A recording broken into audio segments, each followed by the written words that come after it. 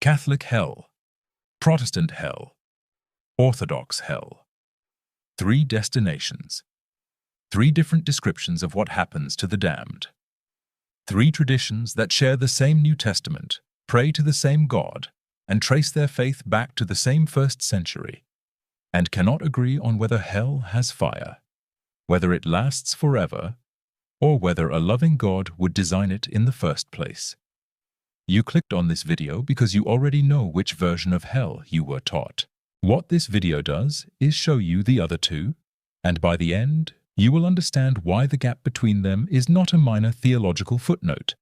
It is one of the deepest fractures in the entire history of Christianity.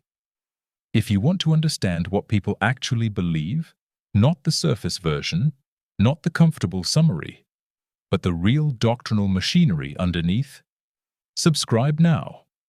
This channel is built for exactly that. Let's get into it.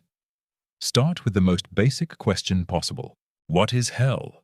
Ask a Roman Catholic theologian, a Southern Baptist pastor, and an Eastern Orthodox priest that same question, and you will get 3 answers that do not map onto each other. Not slightly different answers, structurally incompatible answers. The Catholic answer is the most systematized. The Protestant answer is the most fragmented. And the Orthodox answer is, by Western standards, the most unsettling, because it does not describe hell the way either of the other 2 would recognize. This is the soil all 3 grew from. A New Testament written almost entirely in Greek, containing a handful of words that each tradition translated and interpreted differently. The Greek word Gehenna, used 12 times in the New Testament. Hades, used 10 times. Tartarus, used once. None of these are straightforwardly translated as hell without making a theological decision in the act of translation. Every tradition made that decision. They did not make the same one. That is the root. Now watch what grows from it. The Catholic doctrine of hell is the most architecturally developed of the 3. It did not arrive fully formed. It was built across centuries, layer by layer, with specific names attached to specific editions.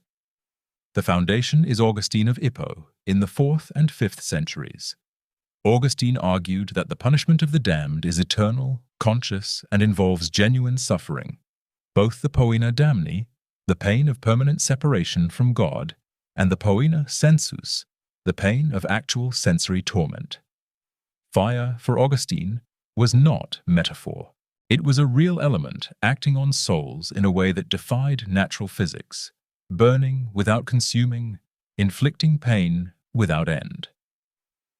Thomas Aquinas in the 13th century systematized this into something that could survive philosophical scrutiny. How does an infinitely just God impose infinite punishment for a finite life of sin? His answer: the gravity of an offense is measured not only by the act, but by the dignity of the one offended. An offense against an infinite God carries infinite weight. Eternal punishment is, by that logic, proportionate. The councils of Florence in 1439 and Trent in 1545 crystallized this into formal dogma. The souls of the damned descend immediately into hell, tormented by unequal punishments. After Trent, this was not theological opinion. It was defined doctrine. But the Catholic tradition contains a feature that neither Protestantism nor Orthodoxy possesses: purgatory. And purgatory changes the ecosystem around hell entirely. Purgatory is not hell. It is the condition of those who die in friendship with God, but with unresolved sin that must be purified before the full vision of God is possible. The prayers of the living, masses offered for the dead, indulgences, all operate on souls in purgatory. The boundary between the living and the dead, in Catholic theology, is permeable in a specific direction. You can do something for someone who has died. This is the branch that Protestants cut in the 16th century, and when they cut it, they did not simply remove a doctrine. They removed an entire economy of salvation that had organized Catholic society for 1,000 years. Also worth noting, The Limbo of Infants. For centuries, Catholic theology maintained that unbaptized babies could not enter heaven, but were not condemned to hell either. They existed in limbo, natural happiness, without the beatific vision. In 2007, the Vatican concluded that limbo was a possible theological opinion, not defined doctrine, and expressed hope that unbaptized infants are saved by God's mercy. The branch did not fall, but it was declared optional. The Protestant Reformation did not set out to redesign hell. It set out to reform the Church. But when Luther attacked indulgences in 1517, he was cutting the very root of purgatory's practical significance. If indulgences were corrupt, the entire apparatus of praying and paying for the dead collapsed with them.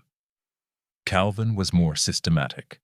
He affirmed eternal conscious torment as clearly as Augustine, but stripped away every mechanism that could soften the sentence. No purgatory, no prayers for the dead, no masses for the deceased. You die, you are judged, and the judgment is final. The gate closes, nothing crosses it. This remains the dominant Protestant position in most evangelical, Baptist, Reformed, and charismatic traditions today. Hell is eternal, conscious, and involves genuine suffering. The language of fire in the Gospels is taken seriously, whether as literal flame or as the most accurate metaphor for a reality that exceeds what fire can describe. But Protestantism has no magisterium. No central authority defines doctrine for all Protestants everywhere. And so, unlike Catholicism, Protestantism contains living doctrinal diversity, including positions that directly contradict the majority view. The most significant minority position is annihilationism, also called conditional immortality. The argument, the Bible does not teach that human souls are naturally immortal. Immortality is a gift of God given to the redeemed. Those who are not redeemed do not burn forever. They cease to exist. The punishment of the damned is not eternal suffering, but eternal death, meaning permanent extinction of consciousness. The fire consumes. It does not preserve in torment. Edward Fudge defended this at serious academic length in his 1982 book, The Fire That Consumes. John Stott, one of the most respected evangelical theologians of the 20th century, stated before his death that he was drawn to annihilationism and found eternal conscious torment deeply problematic. The Seventh-day Adventist Church holds it as official doctrine. In 2011, Rob Bell published Love Wins, Moving Toward Universal Salvation. The response from mainstream evangelical Christianity was not debate, it was expulsion. Bell was effectively driven from his position within months. The reaction revealed where Protestant theological tolerance actually ends. Annihilationism is controversial, but survivable. Universal salvation is not. So the Protestant branch on hell runs from eternal conscious torment on one end, through annihilationism in the middle, to a fringe of universalism the mainstream refuses to accept. 5 significant positions, no authority to adjudicate between them, all operating under the same label. Now here is where the terrain changes completely. Eastern Orthodox theology approaches hell from a different root structure than anything in the Western Christian tradition. To understand it, you first have to understand that Orthodox theology rejected the juridical framework that both Catholicism and Protestantism inherited from the Latin West. In the Western framework, developed most fully by Anselm of Canterbury in the 11th century, salvation is understood primarily as a legal problem. Humanity has incurred an infinite debt through sin. That debt requires satisfaction. Christ's death provides that satisfaction. Hell is the sentence for those whose debt remains unpaid. Orthodox theology does not work from this framework. For Orthodox theologians, the problem of sin is not a legal debt, but a disease, a corruption of human nature that separates humanity from communion with God. Salvation is not the payment of a debt, it is the healing of a condition. This changes everything downstream. The Orthodox understanding of hell draws most substantially from Isaac of Nineveh, a 7th century Syrian bishop whose writings became enormously influential in Eastern Christianity. Isaac wrote that the suffering of the damned is not caused by an external fire imposed by God as punishment. It is caused by love, specifically by the love of God experienced by a soul that has oriented itself completely away from God. The fire of hell and the light of heaven in this framework are not two different things. They are the same thing, the presence of God, experienced in two radically different ways depending on the condition of the soul that encounters it. A soul that has grown toward love experiences divine love as beatitude. A soul that has hardened against love encounters the same presence as searing torment, because it is incapable of receiving what is being offered. Kallistos Ware, one of the most widely read Orthodox theologians in the English-speaking world, puts it plainly. God does not send anyone to hell. Hell is the condition of a soul that has chosen, through a lifetime of choices, to be what it is, and that condition, when it meets God, is experienced as fire. This is not soft universalism. Orthodox theology holds that hell is real, the suffering is real, and the condition of the damned is genuinely terrible. But the mechanism is entirely different from anything in the Western traditions. There is no courtroom, no sentence being executed. There is only what you have become, meeting what God is. And here is what surprises most people encountering Orthodox theology for the first time. Gregory of Nyssa, one of the Cappadocian Fathers, not a fringe figure, wrote in favor of apokatastasis, the eventual restoration of all things, including the damned. He believed the purifying fire of God would eventually accomplish its work in every soul, and that hell's duration, however vast, would ultimately end. This position was associated with Origen and condemned at the Fifth Ecumenical Council in 553. But the condemnation targeted Origen's specific cosmological system, not every form of universalism. Gregory of Nyssa, who held a version of this view, was never condemned and is venerated as a saint. The result is a space in Orthodox theology that does not exist in Catholicism or mainstream Protestantism, where universalism is not heresy, but a contested possibility held by revered figures within the tradition. Now put all three side by side on the three questions where the disagreement cuts deepest. Is hell eternal?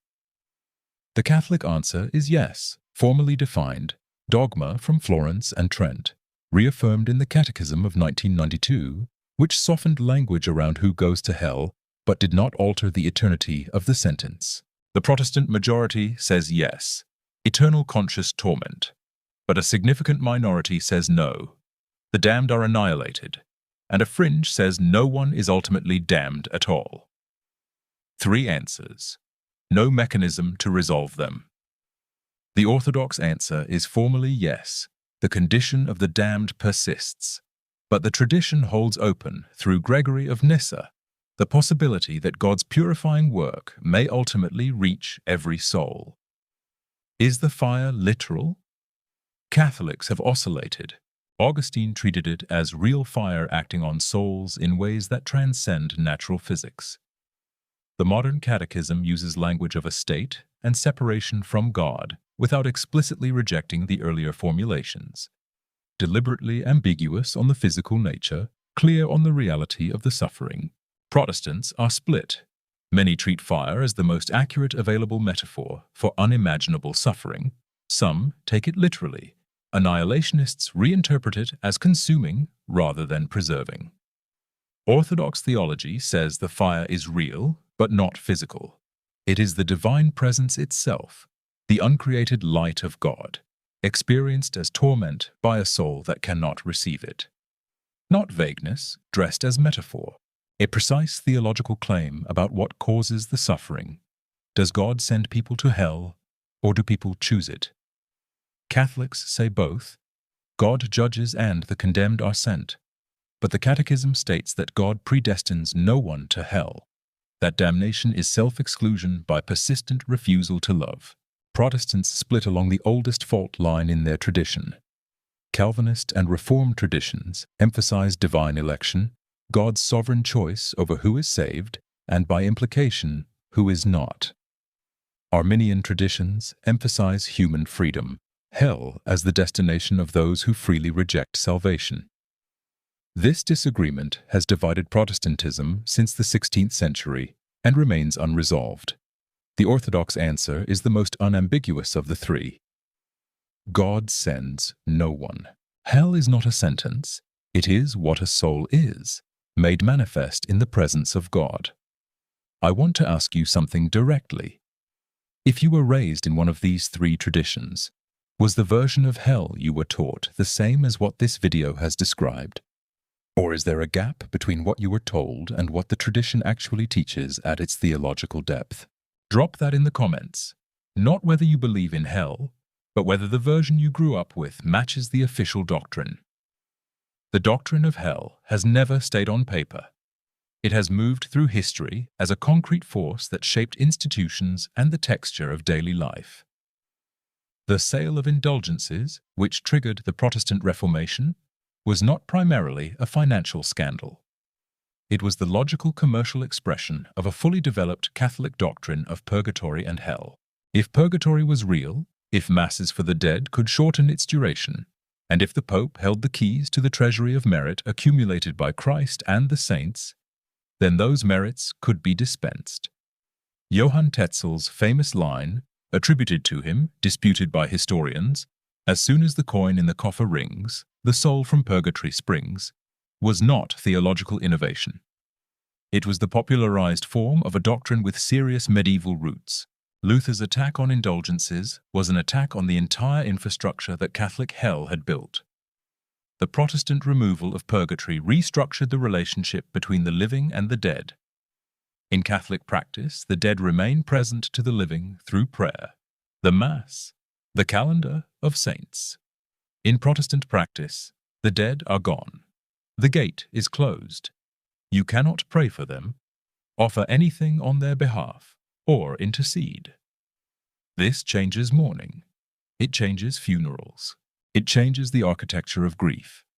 The Orthodox tradition retained the practice of praying for the dead. Memorial services, panachida, in the Slavic tradition, are regular features of Orthodox practice. The dead are prayed for on specific Saturdays throughout the year. The assumption is not that they are in purgatory undergoing measurable suffering, but that the community of the Church extends across the boundary of death, and that prayer for the departed is a natural expression of that continuity. These are not abstract differences in theology textbooks. They are differences in what happens at a funeral, in what a priest says to a grieving family, in whether a mother believes she can do anything for a child who died without faith. Protestant revivalism in the 18th and 19th centuries used hell as a conversion mechanism. Jonathan Edwards, George Whitefield, later Dwight Moody and Billy Sunday. Vivid hell preaching that produced mass conversions, mass weeping, physical reactions in congregations.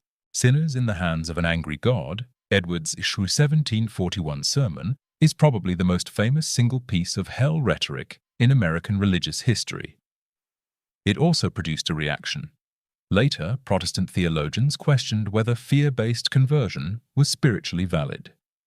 The annihilationism of the 20th century grew partly from that discomfort. The Orthodox tradition operates in a different register. Orthodox preaching tends to emphasize mercy and repentance far more than the mechanics of damnation. The Last Judgment icon exists in Orthodox churches. It is standard decoration, but the pastoral tone has generally been less oriented toward fear as a motivator and more toward love as an attractor. Now the detail that reframes everything. 3 traditions, 1 source text at the New Testament level, and at the center of the entire disagreement about hell sits a single Greek word, Aionios. It appears in the New Testament 71 times, translated in almost every English Bible as eternal or everlasting. Matthew 25:46. These will go away into eternal punishment, but the righteous into eternal life, is the verse most cited in support of eternal hell. The word translated eternal is Aionios. The problem is that Aionios does not straightforwardly mean eternal in the sense of infinite duration. Its root is aion, meaning age or era. Aionios most naturally means of the age or belonging to the age to come, a qualitative description of a kind of existence, not a quantitative measurement of time without end. Classical Greek usage supports this. Jewish literature contemporary with the New Testament uses Aionios to describe things that are finite but age-defining. The Septuagint uses Aionios to describe things that clearly have an end. The Aaronic priesthood, the Passover observance, the laws of the covenant. The Orthodox theological tradition, working in Greek from the beginning, has always had access to this philological complexity and has never been fully committed to reading Aionios as infinite duration. The Western traditions, Catholic and Protestant alike, working primarily from Jerome's Latin Vulgate, which translated Aionios as eternus, inherited a reading that closed off that complexity. So, when Matthew 25:46 says eternal punishment, what it may actually be saying is the punishment of the age to come. What that age is, how long it lasts, what its punishment consists of, none of that is settled by the word itself. Three traditions read the same word and arrived at three different conclusions.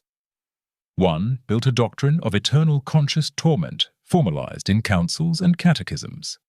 One fragmented into 5 competing positions, with no authority to resolve the disagreement. One held open the possibility that the age-defining fire of God might, in the end, accomplish its work in every soul. And the word that generated all of it appears 71 times in the New Testament. None of those occurrences saying, with the precision all three traditions have demanded, exactly what it means.